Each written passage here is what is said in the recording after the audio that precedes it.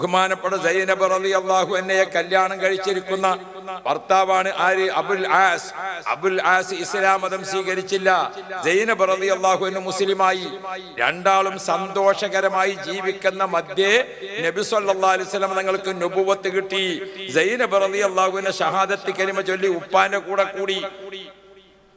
മരുമകൻ ഇസ്ലാം മതം സ്വീകരിച്ചില്ല. അന്നത്തെ നിയമം അനുസരിച്ചുകൊണ്ട് രണ്ടാക്കും ഒരുമിച്ച് ജീവിക്കാൻ പറ്റി. പക്ഷേ മക്കത്തെ കാഫിരീങ്ങൾ ഇടപെട്ടുകൊണ്ട് അബുൽ ആസിയോട് പറഞ്ഞു, മുഹമ്മദ് നമ്മളെ ദൈവത്തിനൊക്കെ ആക്ഷേപിച്ച് സംസാരിക്കുന്നുണ്ട്, അതുകൊണ്ട് മുഹമ്മദിന്റെ മകളെ നീ ത്വലാഖ് ചൊല്ലണം എന്ന് പറഞ്ഞു. അപ്പൊ അബുൽ ആസി പറഞ്ഞു, ഞാൻ ത്വലാഖ് ചെല്ലുന്ന പ്രശ്നമില്ല, ഞാനും അവളുമായി ഒരു പ്രശ്നവും ഇല്ല, ഞങ്ങൾ തമ്മിൽ എന്തെങ്കിലും ഒരു കുഴപ്പം വേണ്ടേ, അതില്ലാത്തത് കൊണ്ട് ഞാൻ ത്വലാഖ് ചൊല്ലൂല എന്ന് പറഞ്ഞു. ആ സമയത്ത് നബി സല്ലല്ലാഹു അലൈഹി വസല്ലം തങ്ങൾക്ക് പിന്നീട് ഹിജറക്ക് ഓർഡർ കിട്ടി. റസൂലുള്ള മദീനത്തേക്ക് ഹിജറ പോകാൻ. ആ ഹിജറ പോകുമ്പോൾ മകള് വാപ്പാനോട് ചെന്നിട്ട് ചോദിക്കണം, ഉപ്പാ ഞാൻ എന്താ വേണ്ടത്? ഞാൻ ഇസ്ലാം മതം സ്വീകരിച്ച് ഹിജറക്ക് പുറപ്പെട്ട് നിങ്ങളെ കൂടെ പോരണോ, അതല്ല എന്റെ ഭർത്താവിന്റെ കൂടെ അനുസരിച്ചുകൊണ്ട് നിൽക്കണോ? അപ്പൊ റസൂലുള്ളാഹി തങ്ങൾ പറഞ്ഞു, മോളെ നീ ഭർത്താവിന്റെ കൂടെ നിന്നോ, നിനക്ക് പോരാൻ സമയമാകുമ്പോൾ ഞാൻ പറയാം. ഒരു ഭാര്യ ഭർത്തൃ ബന്ധം എന്ന് പറയുന്നത് വളരെ പ്രധാനമാണ്. നബി സല്ലല്ലാഹു അലൈഹി വസല്ലം ഹിജറ പോയി മദീനത്തെത്തി. ഹിജറയുടെ 2-ാം വർഷം മദീനയിൽ ബദർ സമരം നടക്കുകയാണ്. ആ ബദർ സമരം നടക്കുമ്പോൾ അബൂജഹലിന്റെ നേതൃത്വത്തിൽ നബി തങ്ങൾക്കെതിരെ യുദ്ധം ചെയ്യാൻ വന്ന കൂട്ടത്തിൽ റസൂലുള്ളാഹിന്റെ മരുമകനുണ്ട്. അബുൽ ആസി ഏതിൽ വന്നിട്ടുണ്ട്? ബദറിൽ വന്നിട്ടുണ്ട്, എതിരിചേരിയിൽ. അങ്ങനെ ബദർ സമരം നടന്നു. 70 ആളുകൾ ശത്രുക്കളെ കൂട്ടത്തിൽ 70 എണ്ണം കൊല്ലപ്പെട്ടു. 70 ആളുകളെ യുദ്ധത്തടവുകാരായി പിടിക്കപ്പെട്ടു, ജയിലിൽ അടക്കപ്പെട്ടു, യുദ്ധത്തടവുകാരായി. ആ 70-ൽ ഒരാള് റസൂലുള്ളാഹിന്റെ മരുമകനാണ്. ആ 70-ൽ ഒരാൾ റസൂലുള്ളാഹിന്റെ മരുമകനാണ്. യുദ്ധത്തടവുകാരായി പിടിക്കപ്പെട്ടവരെ ജാമ്യത്തിൽ വിടുന്നതിന്റെ ചർച്ച നടക്കുകയാണ്. ആ ജാമ്യസംഖ്യ കെട്ടിക്കൊണ്ട് പുറത്തേക്ക് ഇറക്കണം. ആ സമയത്തെ ചർച്ച വന്നപ്പോൾ ഓരോരുത്തരും ജാമ്യസംഖ്യ കൊടുത്തയച്ചു. ആ വിവരം മക്കത്ത് സൈനബൂന് കിട്ടി. യുദ്ധത്തടവുകാരെ ജാമ്യസംഖ്യ കെട്ടിക്കൊണ്ട് നാട്ടിലേക്ക് തിരിച്ചയക്കാൻ പ്ലാൻ ഉണ്ട്. സൈനബൂന്റെ കയ്യിൽ കൊടുത്തയക്കാൻ ഒന്നുമില്ല. അപ്പൊ സൈനബ് റളിയല്ലാഹു അൻഹ എന്ത് ചെയ്തു? കഴുത്തിലുണ്ടായിരുന്ന ഒരു സ്വർണത്തിന്റെ മാല, ആ മാല എടുത്തിട്ട് ചെറിയൊരു ബോക്സിലാക്കിയിട്ട് പൊതിഞ്ഞ് കെട്ടി റെഡിയാക്കിയിട്ട് ഭർത്താവിന്റെ അനുജനോട് പറഞ്ഞു, നീ ഇതും കൊണ്ട് മദീനത്ത് പോണം, എന്നിട്ട് അവരെ ജയിലിൽ നിന്ന് മോചിപ്പിച്ചു കൊണ്ടുവരണം. നബി സല്ലല്ലാഹു അലൈഹി വസല്ലം തങ്ങളും സ്വഹാബാക്കളും മദീനയിലെ പള്ളിയിൽ ഇരുന്ന് വിഷയത്തിന് ഇങ്ങനെ തീരുമാനമാക്കുമ്പോൾ ഓരോരുത്തരെയും ഇങ്ങനെ വിളിക്കാൻ 70 ആളുകളെ ജാമ്യസംഖ്യ വെച്ചുകൊണ്ട് പുറത്തിറങ്ങാൻ. അങ്ങനെ ആരെത്തി? റസൂലുള്ളാഹിന്റെ മുമ്പിൽ മകളുടെ ഭർത്താവ് എത്തിയപ്പോൾ അനുജൻ ജാമ്യസംഖ്യയുമായി വന്നിട്ടുണ്ട്. ആ സംഖ്യ, ജാമ്യസാധനം കൊണ്ടുവന്ന് സഭയിൽ വെച്ചുകൊണ്ട് ആ കെട്ടഴിച്ചിട്ട്, മകള് കൊടുത്തയച്ചിരിക്കണ പൊതിന് കെട്ട് കഴിച്ചിട്ട് അതിൽ ഇങ്ങനെ എടുത്തു നോക്കുമ്പോ സ്വർണത്തിന്റെ ഒരു മാലയാണ്. ആ മാല ഇങ്ങനെ കണ്ടപ്പോഴേക്കും നബി തങ്ങളെ കണ്ണിൽ നിന്ന് കണ്ണുനീര് വന്നു. മോളെ കഴുത്തിലുള്ള മാല കണ്ടപ്പോൾ നബി തങ്ങളെ കണ്ണിൽ നിന്ന് കണ്ണുനീര് വന്നു. സ്വഹാബാക്കൾ ചോദിച്ചു, യാ റസൂലല്ലാഹ്, തങ്ങൾ എന്തിനാണ് വിഷമിക്കുന്നത്? ആ സമയത്ത് നബി തങ്ങൾ പറഞ്ഞു, ഈ മാല കണ്ടപ്പോൾ ഞാൻ എന്റെ ഖദീജുവിനെ ഓർത്തുപോയി. നബി സല്ലല്ലാഹു അലൈഹി വസല്ലമ തങ്ങൾക്ക് വയസ്സ് 25, ഖദീജുവിന് 40. ഖദീജ ബീവിക്ക് 65 ആയപ്പോൾ വഫാത്താകുമ്പോൾ 25 കൊല്ലം നബി തങ്ങളും ഖദീജ ബീവിയും ഒരുമിച്ച് ജീവിച്ചപ്പോൾ ഖദീജ ബീവി റളിയല്ലാഹു അൻഹയുടെ മുഴുവൻ സ്വത്തും ഇസ്ലാമിന് വേണ്ടി റസൂലുള്ളാഹിക്ക് ഏൽപ്പിച്ചു കൊടുത്തു. ഖദീജ ബീബി റളിയല്ലാഹു അൻഹ സമുദ്രനിരപ്പിൽ നിന്ന് 2200 അടി ഉയരമുള്ള ജബലുന്നൂർ പർവ്വതത്തിന്റെ ഹിറാ ഗുഹയിലേക്ക് റസൂലുള്ളാഹിക്ക് ദിവസവും ഭക്ഷണം എത്തിച്ചു കൊടുത്തു. കഷ്ടപ്പാടിന്റെയും കണ്ണീരിന്റെയും കാലത്ത് മുത്തുനബിയുടെ കൂടെ ജീവിച്ചു. ആരാണ് ഖദീജ ബീബി റളിയല്ലാഹു അൻഹ? ആ ഖദീജ ബീബിന്റെ കഴുത്തിൽ ഒരു മാല ഉണ്ടായിരുന്നു. ആ മാല മൂത്ത മകൾ സൈനബൂനെ കെട്ടിച്ചപ്പോൾ ഉമ്മ കഴുത്തിലിട്ട് കൊടുത്ത മാലയാണ്. ആ മാലയാണ് റസൂലുള്ളാഹിന്റെ മുമ്പിൽ ഇങ്ങനെ ഉയർത്തിപ്പിടിക്കുന്നത്. ആ മാല കണ്ടപ്പോൾ ഖദീജ ബീബിനെ ഓർത്തുകൊണ്ട് നബി തങ്ങൾ കണ്ണിന്ന് കണ്ണീര് വന്നു. സ്വഹാബാക്കൾ പറഞ്ഞു, നബിയേ, ഇത് ഖദീജുവിന്റെ മാലയാണെങ്കിൽ ഇത് നമുക്ക് മകൾക്ക് തന്നെ തിരിച്ചു കൊടുത്തയച്ചൂടെ? സ്വഹാബാക്കൾ അങ്ങനെ തീരുമാനമാക്കിയിട്ട് ഒരു കാര്യം റസൂലുള്ളാഹി തങ്ങൾ പറഞ്ഞു, ജാമ്യസംഖ്യ കെട്ടിവെച്ചുകൊണ്ട് തിരിച്ചയക്കുമ്പോൾ ഒരു കാര്യം ഭർത്താവിനോട് ബഹുമാനപ്പെട്ട റസൂലുള്ളാഹി തങ്ങൾ മരുമകനോട് പറഞ്ഞു, നീയും എന്റെ മോളും അവൾ ഇസ്ലാം മതം സ്വീകരിച്ചിട്ടുണ്ട്, നീ മുസ്ലിമായിട്ടില്ല, നിങ്ങൾക്ക് ഇതുവരെ അങ്ങനെ ഇണ ചേർന്ന് ജീവിക്കുന്നതിന് ഇസ്ലാമിൽ കുഴപ്പമില്ല. ഇപ്പോൾ ഇസ്ലാമിന്റെ നിയമം വന്നിട്ടുണ്ട്. മതപരമായി വിശ്വാസത്തിൽ യോജിപ്പുള്ളവരെ ഒരുമിച്ച് നിൽക്കാൻ പാടുള്ളൂ. അതുകൊണ്ട് നീ ഇനി സൈനബുവിന്റെ കൂടെ നിൽക്കണോ, നീ ഇസ്ലാം മതം സ്വീകരിക്കണം, അല്ലേ പ്രശ്നങ്ങളൊന്നുമില്ല, സൈനബുവിനെ ഇങ്ങോട്ട് പറഞ്ഞേക്കണം, അതിന് നീ തയ്യാറാണോ? എന്നാൽ നിന്നെ വെറുതെ വിട്ടേക്കാം. ആ കരാറ് പ്രകാരം അബുല്ലാസി പറഞ്ഞു, ഞാൻ മകളെ ഇങ്ങോട്ട് തിരിച്ചയക്കാം. അപ്പൊ നബി സല്ലല്ലാഹു അലൈഹി വസല്ലമ തങ്ങൾ സെയ്ദ് ബിൻ ഹാരിത്തെ റസൂലുള്ളാഹിന്റെ പോറ്റുമകനെ കൂടെ പറഞ്ഞയച്ചു, സൈനബുവിനെ കൂട്ടി പോരാൻ വേണ്ടി. മക്കയുടെ അതിർത്തിയിൽ വന്നുകൊണ്ട് അദ്ദേഹം കാത്തുനിന്നു. ഭർത്താവ് വീട്ടിൽ പോയിട്ട് സൈനബുവിനെ വിളിച്ചിട്ട് പറഞ്ഞു, സൈനബോ, നമുക്ക് രണ്ടുപേർക്കും ഇനി ഒരുമിച്ച് ജീവിക്കാൻ പറ്റൂല എന്ന് ഉപ്പ പറഞ്ഞിട്ടുണ്ട്. അപ്പൊ സൈനബു ചോദിക്കുന്നുണ്ട്, എന്താ കാരണം? നിങ്ങൾ എന്നെ ത്വലാഖ് ചെല്ലുകയാണോ? എനിക്ക് നിന്നെ ത്വലാഖ് ചെല്ലേണ്ട താല്പര്യമില്ല, നമ്മൾ തമ്മിൽ ഒരു പ്രശ്നവുമില്ല. പക്ഷേ നീ വിശ്വസിച്ചിരിക്കുന്ന ഇസ്ലാം, ഉപ്പ പ്രചരിപ്പിക്കുന്ന ഇസ്ലാം, ആ ഇസ്ലാമിൽ നമ്മൾ തമ്മിൽ ഒരുമിച്ച് നിൽക്കാൻ പറ്റില്ല. അല്ലെങ്കിൽ ഞാൻ മുസ്ലിം ആവണം, അല്ലെങ്കിൽ നീ ഇസ്ലാം വിടണം. നീ ഇസ്ലാം വിടാൻ തയ്യാറില്ല, ഞാൻ മുസ്ലിം ആകാനും തയ്യാറില്ല. ആ നിലക്ക് ഉപ്പ പറഞ്ഞിട്ടുണ്ട് നിന്നെ അങ്ങോട്ട് തിരിച്ചയക്കാൻ. അപ്പൊ ബഹുമാനപ്പെട്ട സൈനബ ബീബി റളിയല്ലാഹു അൻഹ യാത്രക്കുള്ള സാധനങ്ങളൊക്കെ ഒരുങ്ങി. ഭർത്താവ് സമ്മതം കൊടുത്തിട്ട് റസൂലുള്ളാഹി സ്വല്ലല്ലാഹു അലൈഹി വസല്ലം തങ്ങളെ മോളെ ഒട്ടകപ്പുറത്ത് കയറ്റി ഭർത്താവിന്റെ അനുജൻ ആ അതിർത്തിയിലേക്ക് കൊണ്ടുപോയി വിടാൻ വേണ്ടി നിൽക്കുകയാണ്. അപ്പൊ സൈനബ ബീബി റളിയല്ലാഹു അൻഹ ഗർഭിണിയാണ്. ആ സമയത്താണ് ഈ യാത്രക്ക് ഒരുങ്ങുന്നത്. ഒട്ടകപ്പുറത്ത് കയറി മദീനയിലേക്ക് യാത്ര ചെയ്യുന്ന മധ്യേ ഈ വിവരം ശത്രുക്കൾ അറിഞ്ഞു. മക്കത്തെ ശത്രുക്കൾക്ക് ബദർ യുദ്ധത്തിൽ പരാജയപ്പെട്ട കലിയുണ്ട്, അങ്ങേയറ്റത്തെ ദേഷ്യമുണ്ട്. നബി തങ്ങളെ മോള് ഒട്ടകപ്പുറത്ത് യാത്ര പോകുന്നുണ്ടെന്ന് കേട്ടപ്പോൾ രണ്ട് ശത്രുക്കൾ ഓടി വന്നു. ഒരു വിജനമായ സ്ഥലത്ത് വെച്ചുകൊണ്ട് അവർ ഒട്ടകത്തിനെ വളഞ്ഞു. ഭർത്താവിന്റെ അനുജൻ കൂടെയുണ്ട്. അല്ലാഹു റബ്ബി അവരെ തടഞ്ഞു വെച്ചു. വലിയ പ്രശ്നങ്ങളായി. അവസാനം ശത്രുക്കളെ കൂട്ടത്തിൽപ്പെട്ട ഹബ്ബാർ എന്ന് പറയുന്ന ഒരാള് നബി സല്ലല്ലാഹു അലൈഹി വസല്ലം തങ്ങളെ മകൾ ഒട്ടകപ്പുറത്തിരിക്കുമ്പോൾ അല്ലാഹ് ഒരു ഇരുമ്പിന്റെ കുന്തം കൊണ്ട് മകളെ കുത്തി താഴെയിട്ടു. മുത്തുനബി സല്ലല്ലാഹു അലൈഹി വസല്ലം തങ്ങളെ മകൾ സൈനബു ഒട്ടകപ്പുറത്തുനിന്ന് താഴെ വീണത് ഒരു പാറപ്പുറത്തേക്കാണ്. ആ പാറപ്പുറത്തേക്ക് ബഹുമാനപ്പെട്ട സൈനബ ബീബി റളിയല്ലാഹു അൻഹ ഒട്ടകപ്പുറത്ത് നിന്ന് വീണപ്പോൾ ഗർഭം അലസി, ശരീരം ആകെ രക്തത്തിൽ കുളിച്ചു, പരിസരം രക്തം ഇങ്ങനെ കട്ടം കട്ടയായി നിന്നു. വല്ലാത്ത ഒരു രംഗമായിരുന്നു അത്. അല്ലാഹു റബ്ബി, ദൂരെ എങ്ങാണ്ടും അന്ന് ഇസ്ലാം മതം സ്വീകരിച്ചിട്ടില്ലാത്ത മക്കയിലെ പ്രധാനിയായ അബൂ സുഫിയാൻ ഈ രംഗം കണ്ട് ഓടി വന്നു. അദ്ദേഹം ഓടി വന്നിട്ട് ശത്രുക്കളോട് പറഞ്ഞു, നിങ്ങൾ ചെയ്തത് ശരിയായില്ല, ഒരു പെൺകുട്ടിയെ നിങ്ങൾ ഇങ്ങനെ ആക്രമിക്കാൻ പാടുണ്ടോ? സൈനബിന്റെ കൂടെയുള്ള ഭർത്താവിന്റെ അനുജനോട് പറഞ്ഞു, നീ എന്തിനാണ് ഈ കുട്ടിയെയും കൊണ്ട് പച്ച പകലി വരെ മുമ്പ് കൂടെ പോയത്? ബദർ യുദ്ധം കഴിഞ്ഞിട്ട് ദേഷ്യപ്പെട്ട് നിൽക്കാണെന്ന് നിനക്കറിയില്ലേ? അതുകൊണ്ട് വീണ് കിടക്കുന്ന സൈനബുവിനെ എങ്ങനെയൊക്കെ രക്ഷപ്പെടുത്തിയിട്ട് ഒട്ടകപ്പുറത്ത് തന്നെ കയറ്റിട്ട് വീട്ടിലേക്ക് തിരിച്ചു പോകാൻ പറഞ്ഞു.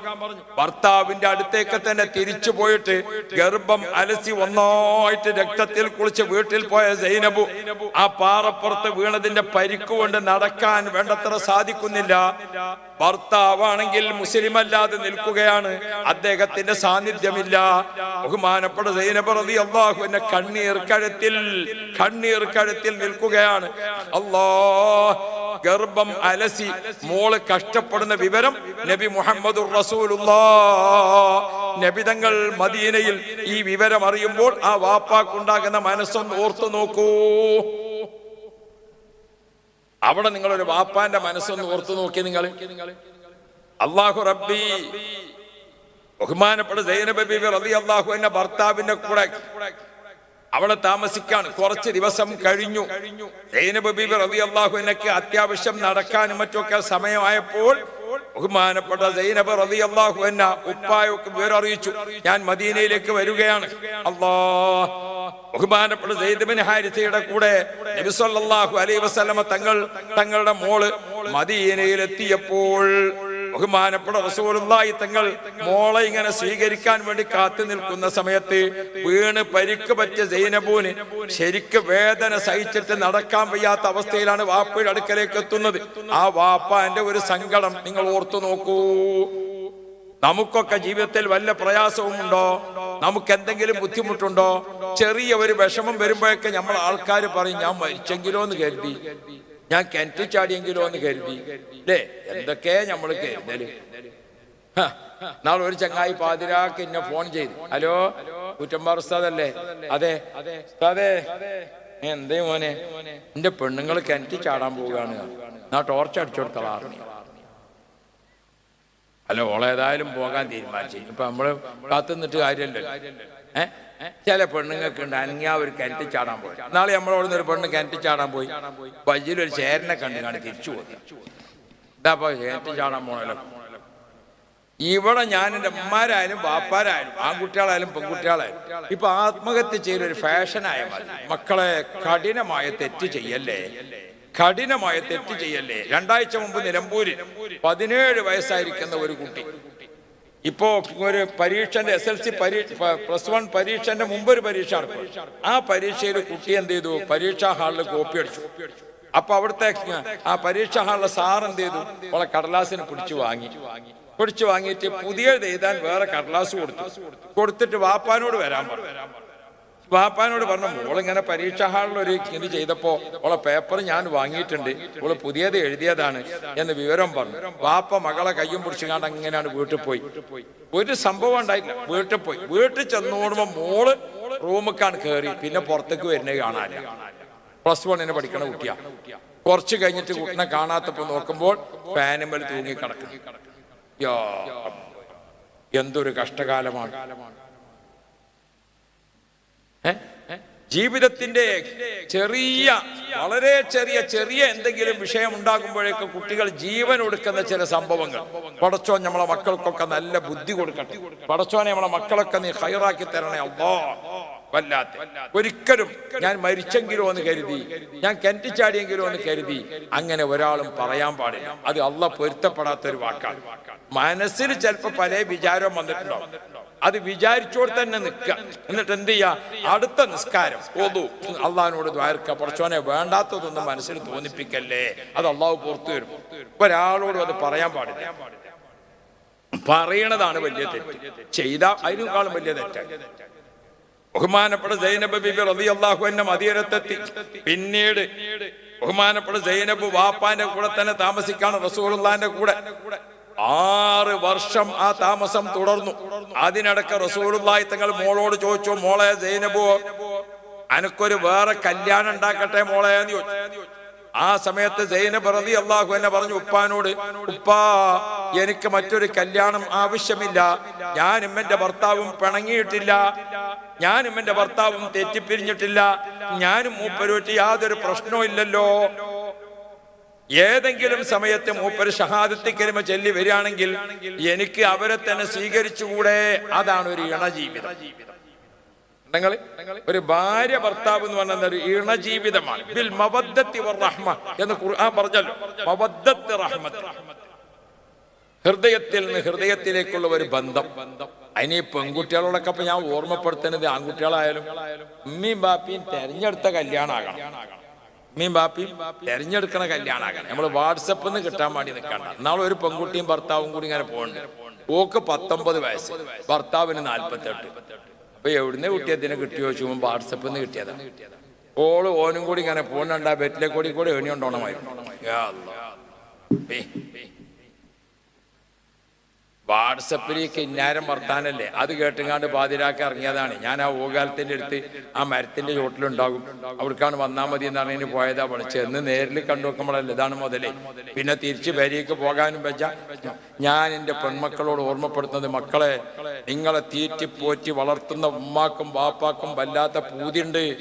നമ്മളെ കല്യാണം കഴിപ്പിക്കാനും നമുക്കൊരു ഭർത്താവിനെ കിട്ടാനും നമുക്കൊരു ഭാര്യനെ കിട്ടാനൊക്കെ ആശിച്ച് മോഹിച്ച് ദാഹിച്ച് കാത്തിരിക്കും സഞ്ചരിക്കുമ്പോൾ നിങ്ങൾ തന്നെയാണ് കണ്ടെത്താൻ വേണ്ടി നിൽക്കണ്ട. അത് പലപ്പോഴും ചോരത്തളപ്പുള്ള സമയത്ത് ചോര ഊറ്റി കുടിക്കാൻ കഴുകക്കണ്ണുമായി കാത്തു നിൽക്കുന്ന കാമവെറിയന്മാര് എല്ലാ സ്ഥലത്തും ഉണ്ടാവും. അതിന് പെൺകുട്ടികൾ ചതിയിൽപ്പെടരുത്. നമ്മൾ എസ് എ ജമീൽ ശരിക്കുള്ള വിവാഹം നടത്തിയിട്ട് തന്നെ എസ് എ ജമീലിന്റെ പാട്ടിലുണ്ടല്ലോ, അന്ന് ഞാൻ ഈ മക്കളെ തന്തക്ക് മധുരപ്പനൻ ചക്കര, 3 മക്കളെ തള്ള ഞാൻ ഇന്ന് ഉണങ്ങിക്കടിച്ച കൊപ്പര. പാപ്പല്ലാത്ത 2 പ്രസവം, അത് അലസലും മറ്റാക്കലും മറച്ചൊക്കലും കഴിഞ്ഞ് നിന്റെ ആ ചോരത്തളപ്പിന്റെ തുടിപ്പ് കവിളത്തുനിന്നാണ് പോയാൽ ആ കാമവെറിയൻ നിന്നെ ഉപേക്ഷിക്കും. പിന്നെ നിന്നെ ആർക്കും ആവശ്യമുണ്ടാകൂല. അന്ന് ഉമ്മാന്ന് വിളിക്കാൻ മോളെ ഉമ്മ ഉണ്ടാവൂല, വാപ്പാന്ന് വിളിക്കാൻ വാപ്പ ഉണ്ടാവൂല, നിനക്കാണെങ്കിൽ മോനേന്ന് വിളിക്കാൻ ഹലാലായ ഒരു കുട്ടി ഉണ്ടാവൂല. അതുകൊണ്ട് ഈ അമേരിക്കൻ സംസ്കാരം, ഈ യൂറോപ്യൻ പാശ്ചാത്യൻ സംസ്കാരം നമ്മളെ നാട്ടിലേക്ക് കൊണ്ടുവരണ്ട. അമേരിക്കൻ ഐക്യരാഷ്ട്ര രാജ്യത്ത് പോയി നോക്കിയാൽ എന്താണെന്നറിയാം, 60% മക്കൾക്കും വാപ്പാന്റെ പേരറിയില്ല, അച്ഛന്റെ പേരറിയില്ല. ആരെ പേരേ അറിയുള്ളൂ? അമ്മന്റെ പേര് മാത്രമേ അറിയുള്ളൂ. കാരണം ഇവർക്ക് ആരാണ് ഇവരെ വാപ്പ എന്നുള്ളത് പിടുത്തല്ല. എന്തുകൊണ്ട്? ആരെയോ കൂടെ പോകുന്നതാണ്. എന്നെ പിരിവിന് പോണ് സംഗതി എന്തായാലും നന്നായിട്ട് എനിക്ക് ഇഷ്ടപ്പെട്ടു. കാരണം ബക്കറ്റും വലുതാണ്, വരുന്ന ആളും ഒരു വലിയ ആള്. അങ്ങനെ ഉണ്ടല്ലോ ചില സ്ഥലത്തൊക്കെ ചെന്നാക്കാണ് ഒരു കൂരി ബക്കറ്റ് വെച്ചിട്ട് ഒരു ചെറിയ കുട്ടി ഇങ്ങനെ നടക്കും. അപ്പൊ ഇതിപ്പോ നമ്മൾ കൊടുക്കണോടത്തും എല്ലാവർക്കും അറിയാം കുറച്ചൊരു മട്ടത്ത് കൊടുക്കണം. കാരണം ഓനെപ്പോലത്തെ ഒരു മുഴുവൻ മനുഷ്യനല്ലേ വരുന്നത്. ബക്കറ്റും നല്ല വല്ല നന്നായിട്ടുണ്ട്. അള്ളാഹു തആല ഖൈറും ബർക്കത്തും. ബിസ്മില്ലാഹിർ റഹ്മാനിർ റഹീം. ഇനി നമ്മളിങ്ങനെ എന്താ നോക്കണ്ട. ജന്നെ എല്ലായിടത്തും പോണേ, എല്ലായിടത്തും പോണം. ആ പെണ്ണുങ്ങളുടെ അടുത്ത് കൂടെ ഒക്കെ പോണം, റോട്ടിലൊക്കെ പോണം, എല്ലാ സ്ഥലത്തും പോണം. കാരണം ഈ പെണ്ണുങ്ങളൊക്കെ നാളെ പറയാ കൂറ്റമ്പാറ ഉസ്താദ് വയല് പറഞ്ഞ അന്ന് ഒരു ബക്കറ്റ് പിരിവും കൂടി കൊടുക്കാൻ കൂടിയില്ല. അങ്ങനെ ഇന്നെ പറ്റിയിട്ട് ഒരു കേസ് പറയാൻ നിൽക്കണ്ട, ഞാൻ എങ്ങനെയാണ് ചിരിച്ച് കളിച്ചാണ് മരിച്ചു പോട്ടെ എന്ന് വിചാരിച്ചിരുന്ന ഒരാളാണ്. അങ്ങനെയാണ് പിരിവൊക്കെ എന്താക്കണം, എല്ലാവരും കൊടുക്കണം. ഞാൻ ഇന്നാളെ ഒരു മഹല്ലത്തിലെ ജനറൽ ബോഡിക്ക് പോയി. അവിടെ ചെന്നപ്പോൾ എനിക്ക് ഭയങ്കര പ്രശ്നമായി. എന്താ വെച്ചാൽ ചെന്നപ്പോൾ അവിടുത്തെ ഖത്തീബിനോട് ചോദിച്ചു നോക്കുമ്പോൾ ഖത്തീബിന് ശമ്പളം പറ്റ കുറവാ. അപ്പൊ ജനറൽ ബോഡിയിൽ ഞാൻ പറഞ്ഞു മൂപ്പർക്ക് 2000 റുപ്യ കൂട്ടുകയാണ്. അങ്ങനെ മൂപ്പർക്ക് 2000 കൂട്ടി. അപ്പൊ മറ്റേ അസിസ്റ്റന്റ് മൂല്യാർ ഇങ്ങനെ കണ്ണു, അപ്പം 1000 മൂപ്പർക്കും കൂട്ടി. ഇവർക്ക് 2 കൂട്ടി നോക്കുമ്പോ നാട്ടുകാരെ കണ്ണും മൂറോട് പാടി. അപ്പൊ ഞാൻ വിചാരിച്ചു എന്റെ പഠിച്ചവനെ പറ്റി. അപ്പൊ ഞാൻ എന്നെ കൂട്ടിക്കൊണ്ടെന്ന ചങ്ങായിനോട് ചോദിച്ചു, ഒരു കണ്ണുമൂറൊരു തെളിവില്ലല്ലോ. അപ്പൊ ഒരാൾ ചെവിയിൽ വന്നിട്ട് പറഞ്ഞു, ഉസ്താദ് നിങ്ങൾ വന്നിട്ട് ഇപ്പൊ എന്തേ കാര്യം? ആദ്യക്കാർക്ക് 2000 കൂട്ടി, അസിസ്റ്റന്റിന് 1000 കൂട്ടി, നാട്ടുകാർക്ക് എന്തേ കാര്യം കിട്ടിയത്? അതയക്കാരെ പോലെ വിഷമം എന്നാണ്. അപ്പൊ എനിക്കും അത് ബോധ്യപ്പെട്ടു. ഞാൻ വേഗം ഒരു മൗലായൊക്കെ ചെല്ലിച്ച് ഓലൊക്കെ ഒന്ന് റാഹത്താക്കി ഒപ്പം നിർത്തിയിട്ട് അവിടെ 150 റുപ്യേന് പരിസരിക്കുക. അതാണ് 200 ആക്കി.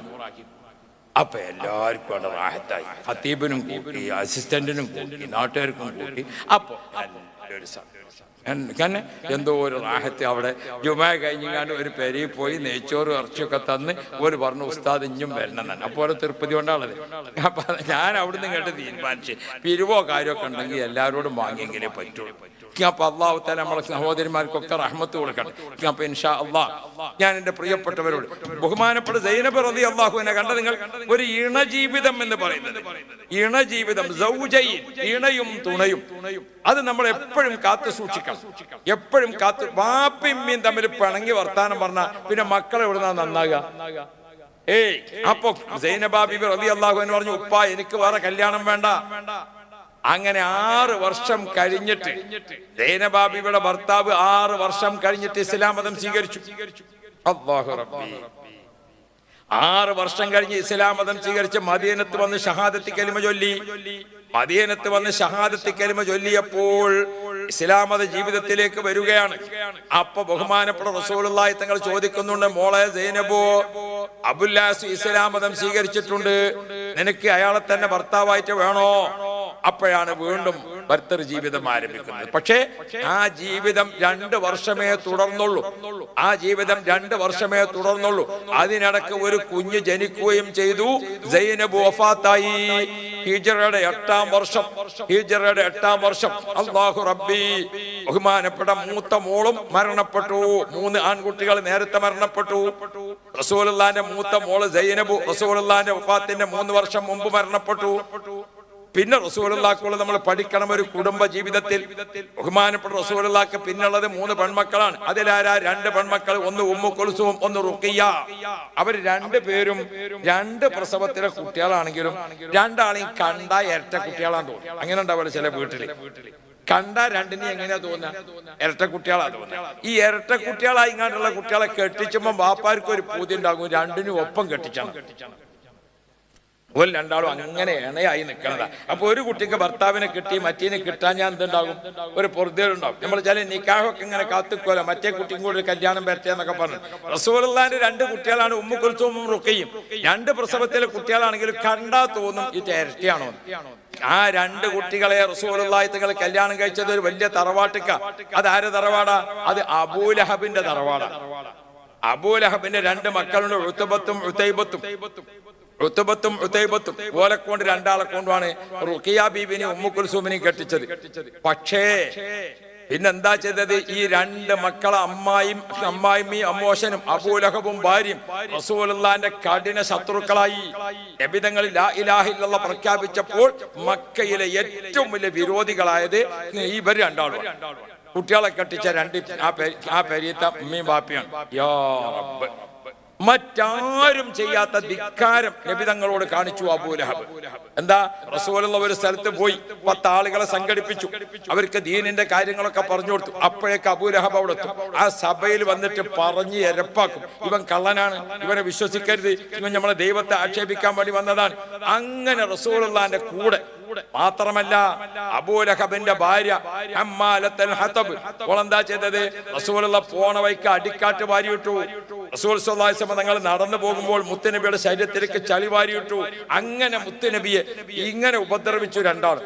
മാത്രല്ല അവർ 2 ആളും എന്ത് പറഞ്ഞു? അമ്മായിമ്മയും അമ്മോശനും പറഞ്ഞു 2 മക്കളെ വിളിച്ചിട്ട് മുഹമ്മദിന്റെ 2 മക്കളെ ഇനി നമ്മളെ വീട്ടിൽ നിർത്താൻ പറ്റൂല, അവിടുന്ന് പറഞ്ഞേക്കണം. അല്ലാഹു റബ്ബി.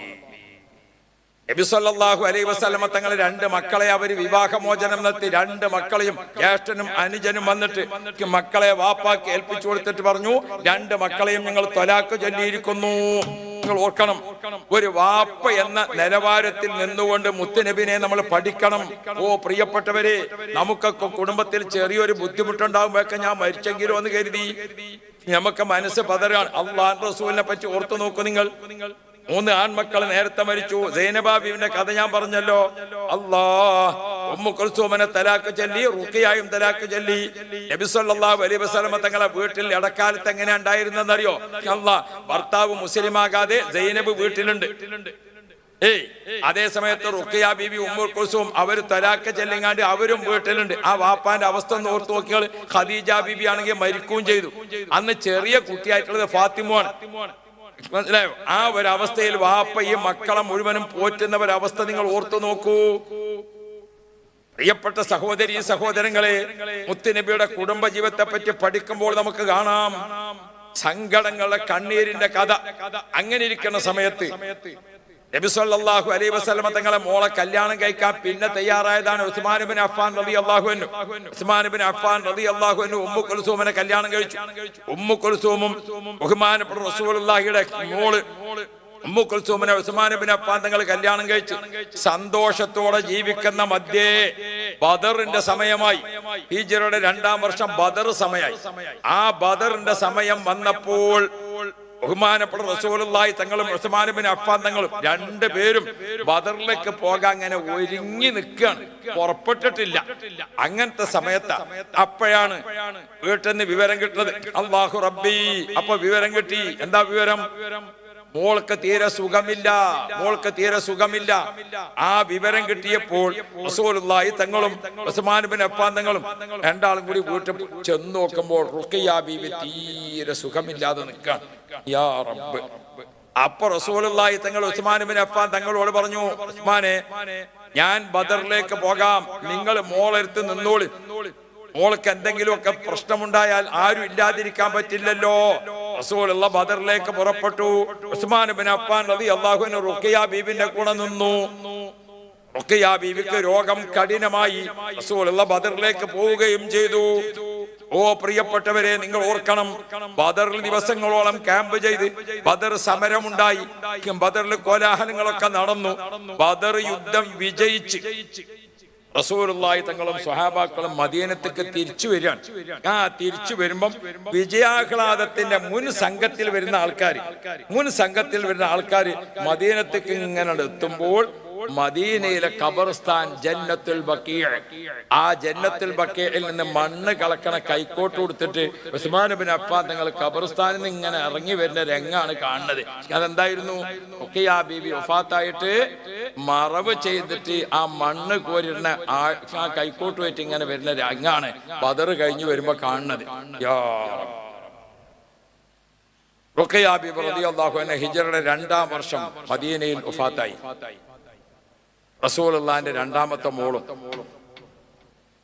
ആ ബീബി വഫാത്തായപ്പോൾ പിന്നെ ഉസ്മാൻ ഇബ്നു അഫ്ഫാൻ റളിയല്ലാഹു അൻഹു റുഖിയ ബീബി വഫാത്തായ ശേഷം കല്യാണം കഴിച്ചു ഉമ്മു കുൽസൂമിനെ റസൂലുള്ളാഹി തങ്ങൾ കല്യാണം കഴിച്ചു. റുഖിയ ബീബി വഫാത്തായി ഉസ്മാൻ ഇബ്നു അഫ്ഫാൻ തങ്ങൾ റസൂലുള്ളാഹിന്റെ 2ാമത്തെ മോളെ വിവാഹം ചെയ്യാണ്. ഉസ്മാൻ ഇബ്നു അഫ്ഫാൻ തങ്ങൾ 2 വിവാഹം ചെയ്തു എന്ന് പറയുന്നത് അതാണ്. ഉമ്മു കുൽസൂം റളിയല്ലാഹു അൻഹ മുത്തുനബിന്റെ കൂടെ ജീവിക്കുമ്പോൾ ബഹുമാനപ്പെട്ട ഉസ്മാൻ ഇബ്നു അഫ്ഫാൻ റളിയല്ലാഹു അൻഹു കല്യാണം കഴിച്ചു. അതാ ദിന്നുറൈൻ. പിന്നീട് ബഹുമാനപ്പെട്ട റുഖിയ ബീബി വഫാത്തായി, ഉമ്മു കുൽസൂം വഫാത്തായി. റസൂലുള്ളാഹി വഫാത്താകുന്നതിന് മുമ്പ് മുത്തുനബിയുടെ എല്ലാ മക്കളും വഫാത്തായി, ഫാത്തിമ ബീബി ഒഴിച്ച്. ഓർത്തു നോക്കൂ നിങ്ങൾ, നമ്മളിങ്ങനെ പറയും ഈ കൊല്ലം തന്നെ വല്ലിപ്പി മരിച്ചു, വല്യമ്മയും മരിച്ചു, ഒരു കൊല്ലത്തിൽ 2 ആള് മരിച്ചു. ഇതൊക്കെ നമ്മളിങ്ങനെ പറയും. റസൂലുള്ളാഹിക്ക് എത്ര ആളാ മരിച്ചത്? നബി കരീം സല്ലല്ലാഹു അലൈഹി വസല്ലം തങ്ങളുടെ ജീവിതത്തിൽ ഒന്ന് ഓർത്തു നോക്കൂ നിങ്ങൾ. ഉപ്പ നേരത്തെ വഫാത്തായി, ഉമ്മ വഫാത്തായി, അല്ലേ? ബഹുമാനപ്പെട്ട റസൂൽ സല്ലല്ലാഹു അലൈഹി വസല്ലം തങ്ങളുടെ മൂത്ത മോള് സൈനബ് ഈ വിഷമത്തിലൊക്കെ പെട്ടുകൊണ്ട് സൈനബ് വഫാത്തായി, റുഖിയ ബീബി വഫാത്തായി, ഉമ്മു കുൽസൂം വഫാത്തായി. ഇനി റസൂലുള്ളാഹിന്റെ 7 മക്കൾ, 3 ആൺമക്കളും 4 പെൺമക്കളും ഉള്ളതിൽ ഒരു കുട്ടി മാത്രമേ ബാക്കിയുള്ളൂ, ബീബി ഫാത്തിമത്തു സഹ്റാ.